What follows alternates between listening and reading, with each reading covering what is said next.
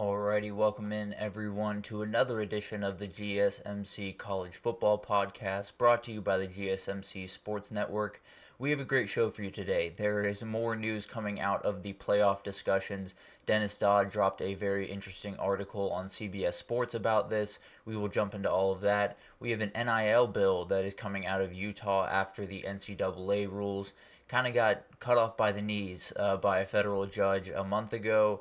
Then we're going to get into a little update on the 2025 recruiting cycle. The recruiting doesn't stop in college football, as we all know, so got to keep everyone updated for the incredible group of players that are coming through the high school ranks right now. And then make sure you stick around for later because we have another Good Vibes Monday, and we're going back to the college football 25. Well, it is a great place to talk, a great thing to talk about. Tons of interesting updates came by way of Chris Fowler this past week, so definitely want to update you all on that.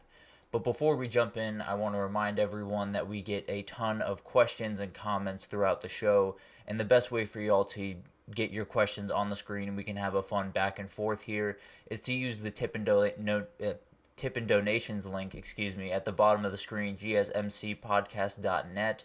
It's a huge help not only to us here at the network, but to you all to see your questions on the screen and we can have a fun back and forth. Again, that's gsmcpodcast.net. Alrighty, let's jump right in.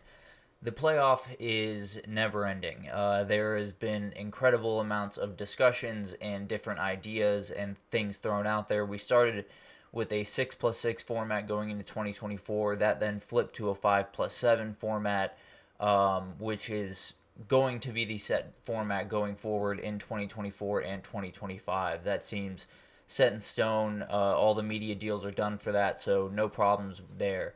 The problem is what happens afterwards, and there has been a lot of contention between the SEC and the Big Ten and everyone else because the SEC and the Big Ten are starting to flex their muscles a little bit. They're seeing that they hold a lot of power in the college football game, and they are wielding it to the best of their ability. So in the most recent update, if you remember, the SEC and the Big Ten both would have 3 auto bids. The Big 12 and the ACC would have 2 each, followed by 1 for the Group of 5 or Notre Dame, depending on where Notre Dame was in that ranking. So there would only be 2 at-large bids. There was a big push for this from the SEC and the Big Ten because part of this new model would be the SEC and the Big Ten champions every year would get the automatic 2 buys, which was obviously very unpopular, as was the 3 auto bids compared to the 2 auto bids among the Big 12 and the ACC decision makers, and I don't necessarily blame them. You want to be right at the table with everyone else. You want there to be no unfair advantages one way or the other. So one of the ideas that has been kicked around as of late, and one of the ideas that seems to be gaining some traction, is a full at-large playoff. This is something that I have wanted to do for the longest time. I never really understood auto bids in a game where you don't play all the opponents that are going to be up for the playoff. You don't play 90% of the opponents that are up for the playoff. So it's hard then to give auto bids out because you don't know how to properly rate different conferences against the other. So I think this is a really interesting development. I think it's something that's probably better overall for the sport, better overall for what the playoff will look like, but there is a big question around this, and I think, it starts, which I talked about a little bit last week with the SEC and the Big Ten. It felt like when they first came into these conversations, they were throwing a lot of stuff at the wall that were always going to be non-negotiables. Were always going to be something that the ACC and the Big 12 took exception to, and for good reason. So it felt like they were going to the table, throwing out some crazy ideas, not really worrying about whether or not a deal was actually struck between all of them, more worrying about their own interests, and then possibly throwing their hands up saying, well, we tried, and moving on and creating their own subdivision separate from the NCAA. That's where it felt like it was all heading. This kind of makes me feel like maybe we're on a track to where everyone's still a part of the party. Everyone still has their fair shot to get in the playoff, and we have a playoff with all of the schools that could possibly be in it because that's the cool part of college sports. You don't want to see, the same matchups between the same teams in the playoff that you saw in the regular season. It's the same reason a lot of people were very much against having Georgia and Bama in a number of years because they had just played in the SEC championship, and you want to mitigate teams having to play back-to-back matchups as much as possible. So I really like that it seems at least that we're heading in a direction where everyone's involved. And I think the SEC and the Big Ten, this is a very good way to keep them in the conversation. If you're the ACC and the Big Ten, there's no reality where you're going to get an even distribution of auto bids in my eyes, just because of the difference between the SEC and the Big Ten and the Big 12 and the ACC. They're two totally different entities at this point with totally different talent levels and totally different teams, right? So I don't think that was ever going to happen. But going to an all at large model, going to a model with no auto bids, you have to earn your way in, and we'll figure it out whether it's playoff committee or something else, figuring out who are the 12 teams or 14 teams, I suppose, in this scenario, or maybe more. I think this is very helpful to the ACC and the Big 12 to feel like they have a seat at the table, to feel like every year when they come in, no matter if it's Miami still in the ACC or if it's Utah and Kansas State and all of those teams, they still have every bit of a shot to get in if they take care of business. But one of the things that the SEC and the Big Ten have to love is they know who they are, right? They know that they have, I can't remember the exact number, but I want to say last year, if the 12-team playoff was in effect, it would have been 9 SEC teams. So, SEC and Big Ten teams, excuse me. So, there's an understanding among them, at least, that if there's more at-large bids, it just means that there's probably more SEC and Big Ten teams because those are the best teams in the country. But then you bring in the question mark of if it is the playoff committee going forward, which was one of the things brought up in this article, was this idea that the auto bid system was just cutting the playoff committee totally out of it. I tend to believe that's what they should be doing, but that's a totally different conversation that we can get to. But I think it seems like at least that the decision makers in all of this, the ESPN folks and Fox and all of the real power brokers and all of this want the playoff committee to be a part of it. It seems that they want them to be the decision makers at the end of the day. I don't necessarily agree with them on that, but they're the ones making the decisions. So it seems like at the very least they want the playoff committee intact. They want them to be handling most of this stuff. But at the end of the day, I think for the SEC and the Big Ten, this works out because you have the best teams. Greg Sankey, the SEC commissioner, has been in favor of a full at-large system. He thinks it's probably the best way for the SEC to get as big of a foothold in the playoff as possible without, breaking off into their own entity. So I think there is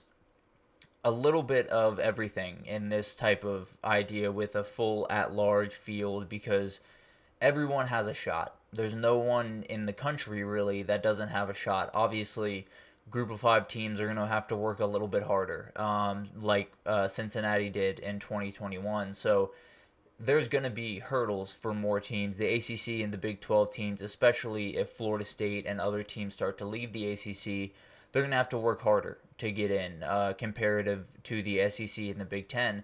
But if you were to ask me, I would say I think they technically should. If there's this huge gap in talent and ability among the teams in the SEC and the Big 10 and the ACC and the Big 12, there should be somewhat of I don't want to say a bias, but some sort of a leaning towards the SEC and the Big 10 because a team that goes 8-4, and Ole Miss, let's say, goes 8-4 in the SEC, there's a real argument to be made that that's more impressive than going 10-2 in the Big 12, right? So there is a lot of different things at hand here, and it'll be interesting to see, first of all, what the decision ends up being, because they're kind of under a clock right now. It looks like they want to have the deal done by at least the end of the month because you have to lock up media deals, you have to lock up sponsorships, tons of things have to happen.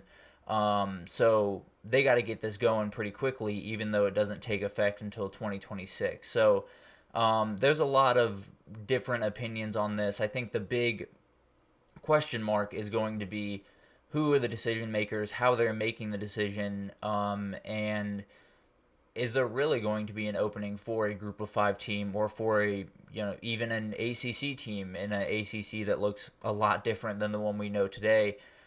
Is there going to be a real shot for them to get in, or are they going to be kind of have to go undefeated territory to even sniff the playoff? I guess we'll find out with all of that.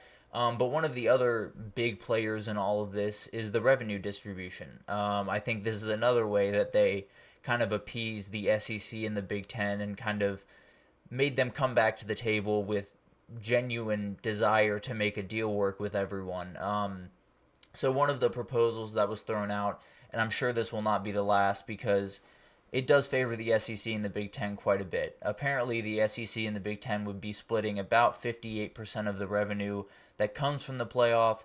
The Big 12 and the ACC would split about 32%, it seems, and then 10% left for Notre Dame and the group of five schools. And just so everyone's on the same page, if Notre Dame and a group of five school were to get in the same year, which seems pretty likely in the 14-team or possibly even 16-team playoff, Notre Dame would get a lot of that 10%. I can promise you that. I don't know the exact division. Maybe they would divide it evenly. I don't know. But I tend to believe that Notre Dame would get the long end of the straw there. But in the former model, it was about 78% or around $400 million going to the Power Five that was split evenly among the conferences, and then 22% going to the Group of Five, and then they had at their own discretion, could split that how they saw fit, depending on the year. So a lot of different things at play here, a lot of changes, and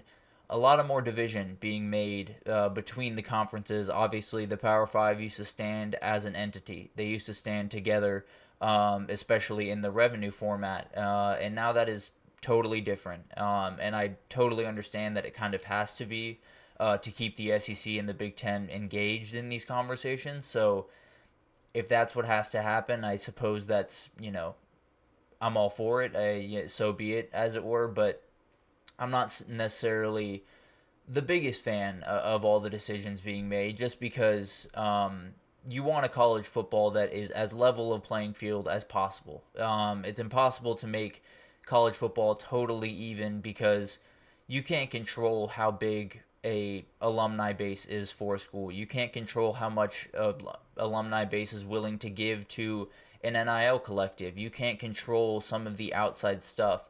But what you can control is how much money they're getting from the big entity in all of this, the college football playoff or the NCAA or whatever name you want to come up for with the new college football governing body that seems to be right around the corner.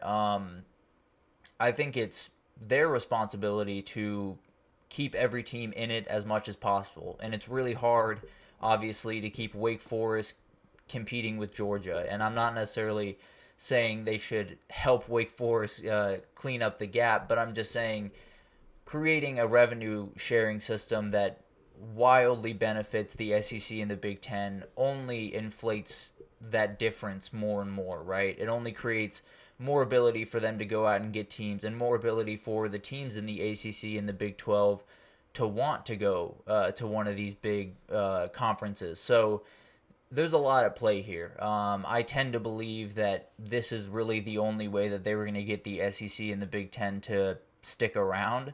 So I can't necessarily argue with them for that. I think this is obviously going to be a continuous battle. There's no longer any idea in my mind that they are, I think they're close-ish to a decision in the sense that they are making headway on certain issues, but there still feels like there's a lot to be figured out.